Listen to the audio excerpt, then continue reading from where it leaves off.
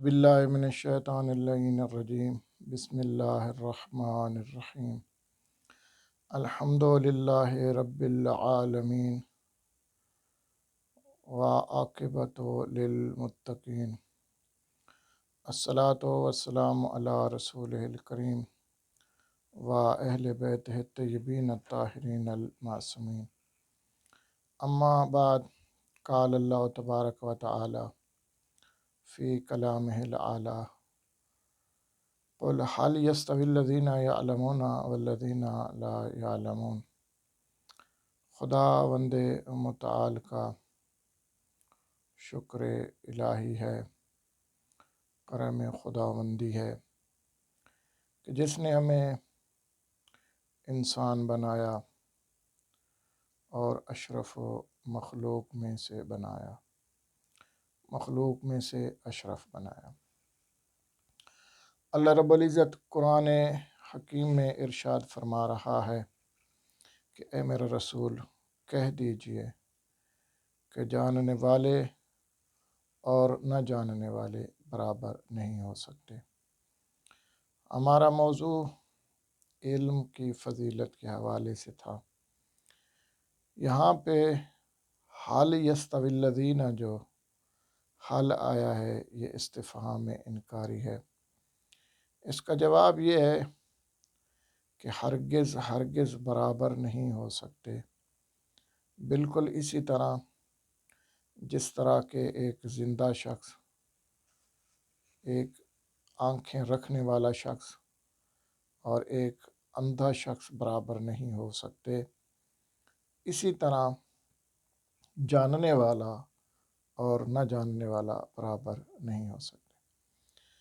بلکہ رب العزت نے ایک عالم کا مقام اور مرتبہ ان الفاظ میں بیان کیا ہے کہ وہ اللہ ہے کہ جو ایمان لائے ہیں اور جن کو اللہ نے علم دیا ہے ان کے درجات کو اللہ نے بلند فرمایا ہے، یعنی صاحبان علم کے درجات اللہ بلند فرما رہا ہے، صاحبان علم کو اللہ مرتبہ و مقام دے رہا ہے۔ تم میں سے جو لوگ ایمان لائے اور جنہیں علم سے نوازا گیا، اللہ تعالیٰ ان کے درجات بلند کرتا ہے، کیونکہ جو شخص صاحب علم ہوتا ہے وہ ایک مینار کی مانند ہوتا ہے جو خود بھی راہ ہدایت پر ہوتا ہے اور اللہ کی بھٹکی ہوئی مخلوق کو بھی اللہ کی صراط مستقیم کی طرف ہدایت کرنے والا ہوتا ہے۔ علم انسان کی قدر و منزلت میں اضافہ فرماتا ہے۔ اگر ہم انتہائی سادہ الفاظ میں یوں کہیں کہ صاحب علم ایک ایسے خزانے کا مالک ہوتا ہے کہ جسے کبھی چور چوری نہیں کر سکتا، جسے کبھی آگ جلا نہیں سکتی، جسے کبھی کوئی طوفان غرق نہیں کر سکتا۔ اور پھر فرمایا گیا کہ علم ایک ایسا چوکی دار ہے کہ جو اپنے صاحب علم کی حفاظت کرتا ہے۔ اس کے مقابلے میں مال ہے جس کی انسان کو خود حفاظت کرنا پڑتی ہے، خود اس کی دیکھ بھال کرنی پڑتی ہے۔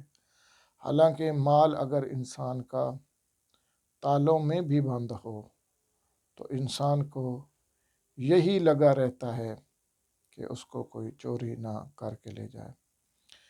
اب ہم آتے ہیں کہ علم کی فضیلت اللہ کے نبی نے کتنی بیان کی ہے۔ اللہ کے نبی نے فرمایا ہے کہ علم حاصل کرو چاہے تمہیں سین جانا پڑے۔ یہاں سین سے مراد سین میں کوئی علم تو نہیں ہے، لیکن اس سے مراد دوری ہے کہ چاہے تجھے علم کے لیے دور ہی جانا پڑے، تجھے چاہیے کہ تو علم کو حاصل کر۔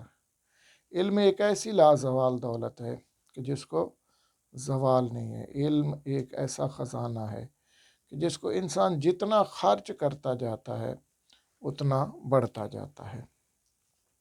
بلکہ اللہ رب العزت کہ اس فرمان کی روشنی میں کہ علم ایک ایسی دولت ہے، علم ایک ایسا خزانہ ہے، علم ایک ایسا مقام اور منزلت والا رتبہ ہے کہ جس کو اللہ چاہتا ہے کہ اس کے لیے خیر کرے، اس کو صاحب علم بنا دیتا ہے۔ اب یہ ہے کہ آیا علم خوشنودی خدا کے لیے حاصل کیا جا رہا ہے یا علم فقط دنیا کے لوگوں کی خوشنودی کے لیے حاصل کیا جا رہا ہے؟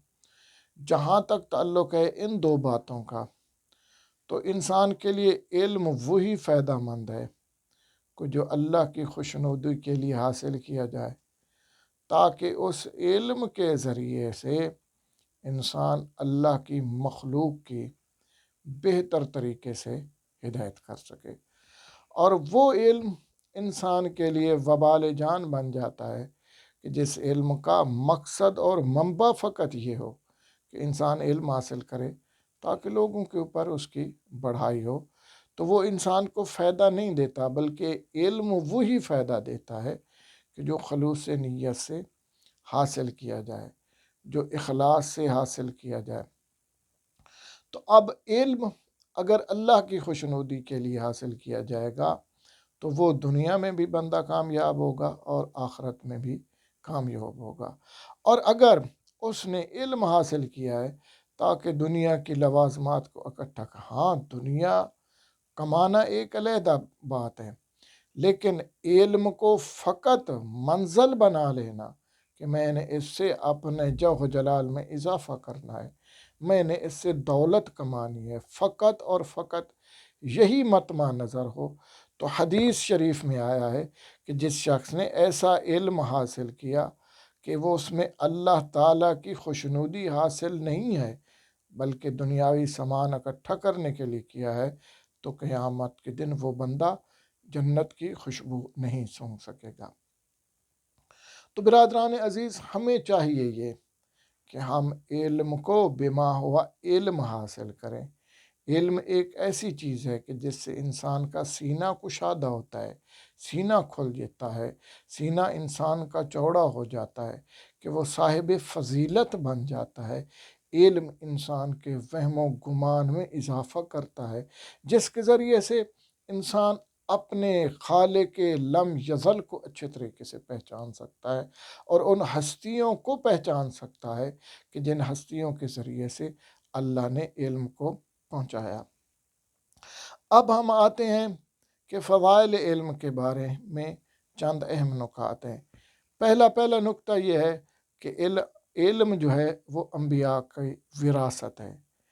علم انبیاء کی وراثت ہے، یعنی جو بندہ بھی صاحب علم ہے، جو بندہ بھی علم حاصل کرتا ہے، گویا اس نے انبیاء کے وارث ہونے کا دعویٰ کیا ہے۔ جو صاحب علم ہے وہ انبیاء کا وارث بن رہا ہے۔ تو اب ہم اگر اپنے دور میں دیکھیں، اگر ہم اپنے دور کو دیکھیں اور ہم اپنی اس زندگی کو دیکھیں کہ جس میں ہم نے علم حاصل کیا ہے، تو علم انبیاء کا وارث ہے، تو ہم کس نبی کی امت ہیں؟ ہم محمد عربی صلی اللہ علیہ وآلہ وسلم کے امتی ہیں۔ تو گویا ہم وارث کس کے ہوئے؟ نبی پاک صلی اللہ علیہ وآلہ وسلم کے وارث ہوئے۔ کس حوالے سے؟ علم کے حوالے سے۔ تو یہ انسان کے لیے کتنی قدر و منزلت کا مقام ہے، انسان کے لیے کتنی بڑھائی کا مقام ہے، انسان کی کتنی عظمت ہے اس شخص کے لیے کہ جو علم دین کو حاصل کرتا ہے، وہ علم دین جو انبیاء کی وراثت ہے، اور وہ اس کا وارث بن رہا ہے کہ جو انبیاء کا سردار ہے۔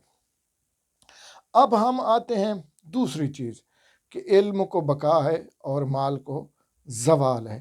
تو یہ میں پہلے تھوڑا عرض کر چکا ہوں کہ علم جو ہے وہ باقی رہنے والا ہے، صاحب علم کی عزت اور مرتبہ جو ہے وہ اس کے دنیا سے چلے جانے کے بعد بھی باقی رہتا ہے۔ صاحب علم جو ہستی ہوتی ہے اس کو زوال نہیں ہے بلکہ علم کو بقا ہے۔ علم جتنا انسان خرچ کرے گا اتنا علم جو ہے وہ